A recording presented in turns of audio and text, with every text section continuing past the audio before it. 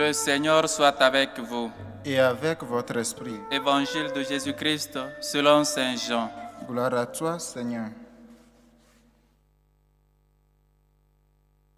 Au commencement était le Verbe, et le Verbe était auprès de Dieu, et le Verbe était Dieu. Il était au commencement auprès de Dieu, car par lui que tout est venu à l'existence, et rien de ce qui s'est fait ne s'est fait sans lui. En lui était la vie, et la vie était la lumière des hommes. La lumière brille dans les ténèbres, et les ténèbres ne l'ont pas arrêtée. Le Verbe était la vraie lumière qui éclaire tout homme en venant dans le monde. Il était dans le monde et le monde était venu par lui à l'existence. Mais le monde ne l'a pas reconnu. Il est venu chez lui et les siens ne l'ont pas reçu. Mais à tous ceux qui l'ont reçu, il a donné le pouvoir de devenir enfants de Dieu, eux qui croient en son nom. Ils ne se sont pas nés du sang, ni d'une volonté charnelle, ni d'une volonté d'homme. Ils sont nés de Dieu, et le Verbe s'est fait chair, il a habité parmi nous. Et nous avons vu sa gloire, la gloire qu'il tient de son Père, comme Fils unique, plein de grâce et de vérité. Acclamons la parole de Dieu. Louange à toi, Seigneur Jésus. Chers frères et sœurs, nous sommes dans la joie, nous sommes dans l'allégresse, parce que nous venons célébrer, nous venons méditer le mystère de l'incarnation. Nous venons méditer que l'amour de Dieu s'est fait petit pour demeurer parmi nous. Dieu s'est fait petit, Dieu s'est fait fragile pour habiter parmi nous.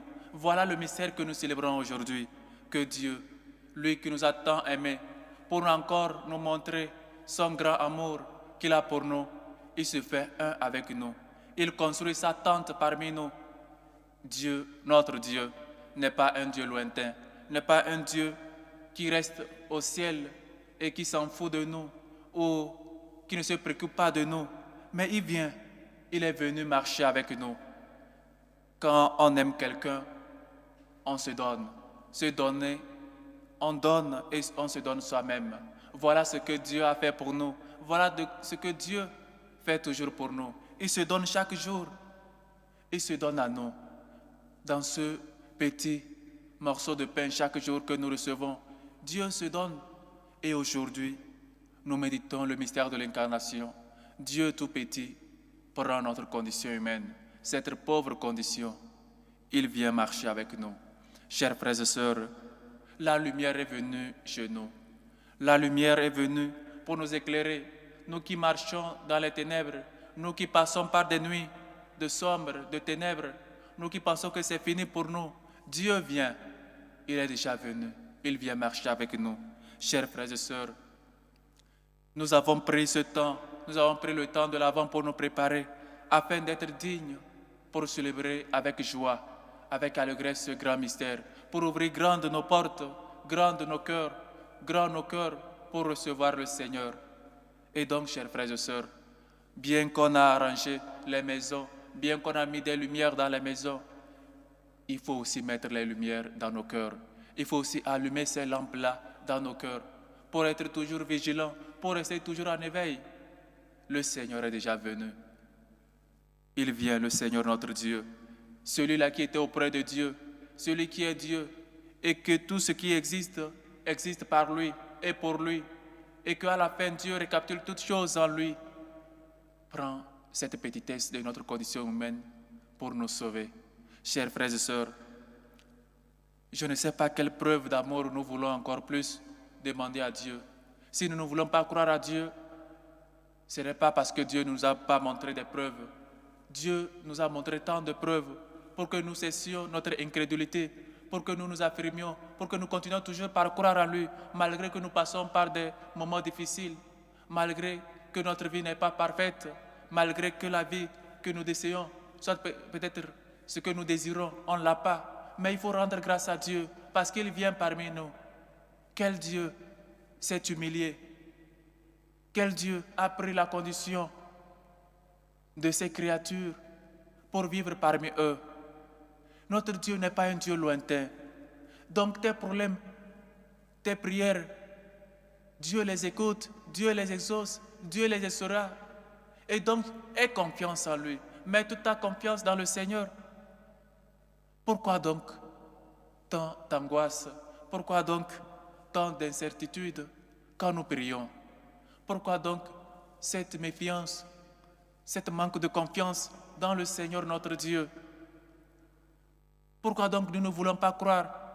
Ce n'est pas parce que nous n'avons pas de motifs pour ne pas croire. On a des motifs pour croire. On a des motifs pour toujours suivre le Seigneur. Parce qu'il fait toujours des merveilles dans nos vies.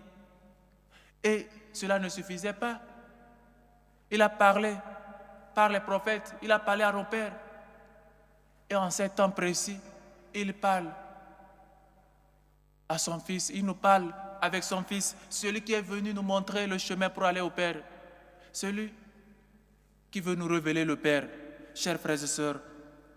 Et donc l'Évangile nous amène à méditer la lumière qui est venue chez les siens et les siens ne l'ont pas reçue. Et toi, tu as reçu cette lumière qui est venue à nous. Tu reçois la lumière chaque jour. Où nous sommes, nous refusons la lumière.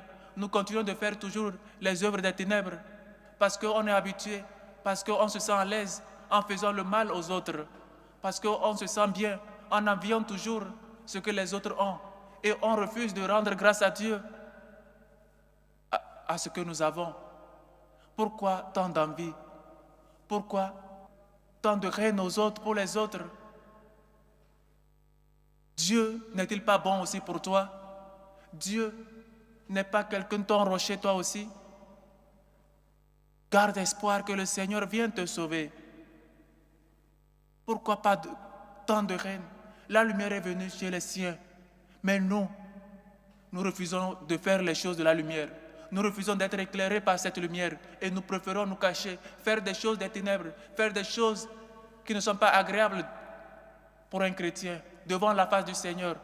Et Saint Paul nous a déjà dit que nous devons nous revêtir du Christ et toujours faire les choses de la lumière parce que nous sommes chrétiens. Nous devons donc agir comme tels. Nous sommes chrétiens et donc ce nom que nous portons doit toujours être accompagné des œuvres. Chers frères et sœurs, nous continuons toujours par préférer les choses de la lumière. Nous aimons les choses de la lumière. Ou encore, nous nous cachons. Nous voulons toujours faire des ténèbres, les choses des ténèbres. Nous voulons toujours briser les autres. Nous voulons toujours nuire aux autres. Nous voulons toujours être peut-être des gens bien vus et détruire les autres. S'il faut même que parfois nous mentions ou parfois nous causions des ennuis aux autres que dans son travail, dans son foyer, pour que nous soyons vus. Et comme Jean nous l'a déjà dit, moi je dois diminuer pour que lui puisse croître en moi. Et donc c'est ce que chacun doit faire. On doit être humble pour que Dieu qui est né aujourd'hui en nous puisse croître. Et donc notre vie sera stable. Mais si nous-mêmes, nous nous gonflons, nous-mêmes nous voulons montrer que c'est nous, le Christ ne peut pas naître là, dans ce cœur-là. Et le Christ qui est né, nous allons peut-être le tuer avec notre orgueil. Et donc, il ne va pas demeurer en nous. Il ne va pas faire de nous sa demeure. Et donc, il faut avoir un cœur pur, un cœur saint, un cœur simple. Celui qui sait rendre grâce à Dieu pour les bienfaits qu'il fait dans la vie des autres. Celui qui sait rendre grâce à Dieu pour les bienfaits qu'il rend aux autres. Et parfois, avoir aussi les yeux pour voir les bienfaits que Dieu fait dans ma vie.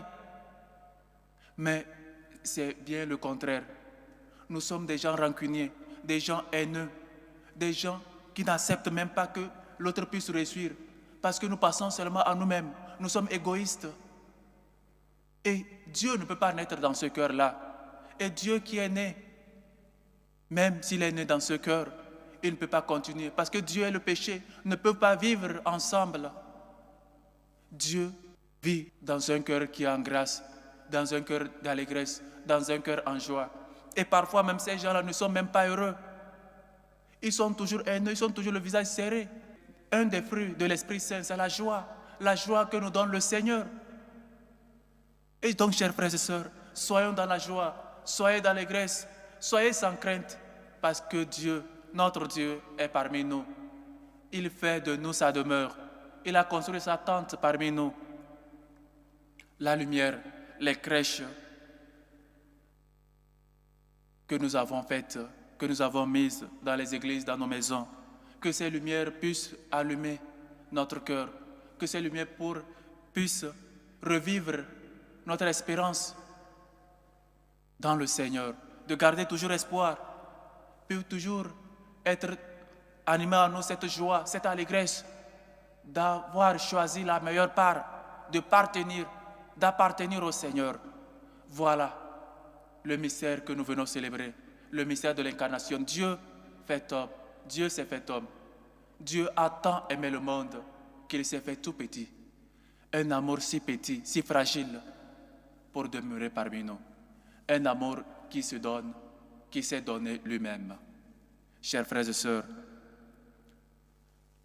accueillons avec joie, avec allégresse, purifions nos cœurs de ces mauvaises pensées, de ces haines, de ces colères, de ces impatiences, et gardons toujours espoir, la joie.